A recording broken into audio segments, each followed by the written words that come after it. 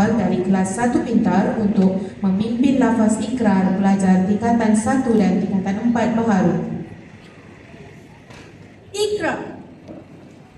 Kami murid-murid tingkatan 1 dan 4 Sekolah Seri Putri tahun 2026 dengan ini berikrar akan mematuhi segala peraturan dan undang-undang sekolah dan asrama. Kami berjanji untuk berakhlak mulia, menghormati guru dan warga sekolah, menjaga nama baik sekolah, serta sentiasa berusaha untuk meningkatkan prestasi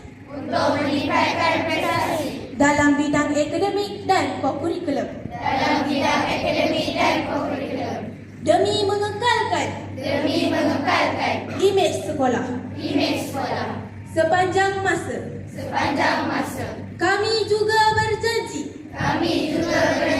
akan bekerjasama dan saling menyayangi sesama warga sekolah dalam usaha memartabatkan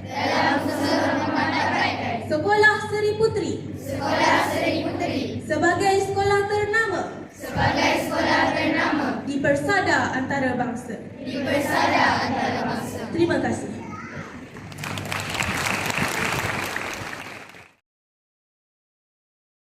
Jadi ibu bapa murid tingkatan 1 dan tingkatan 4 yang baru Sekolah Seri Putri Sagarjaya dengan penuh rasa bersyukur kepada Allah dan percaya menyerahkan anak-anak jagaan kami kepada pengetua dan guru-guru Sekolah Seri Putri Sagarjaya.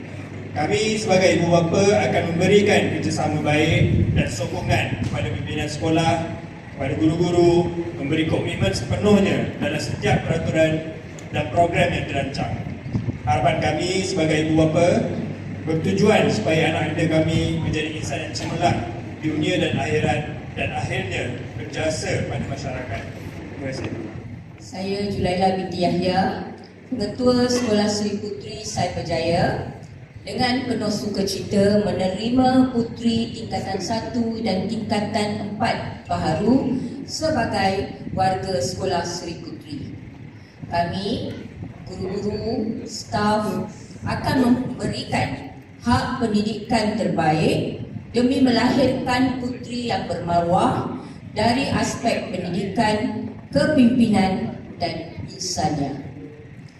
Pihak sekolah sentiasa bekerjasama dengan para ibu bapa untuk memastikan segala hasrat baik tercapai, iaitu Sekolah Seri Putri sebagai sekolah kebanggaan negara dan institusi pendidikan terunggul di peringkat negara dan antarabangsa.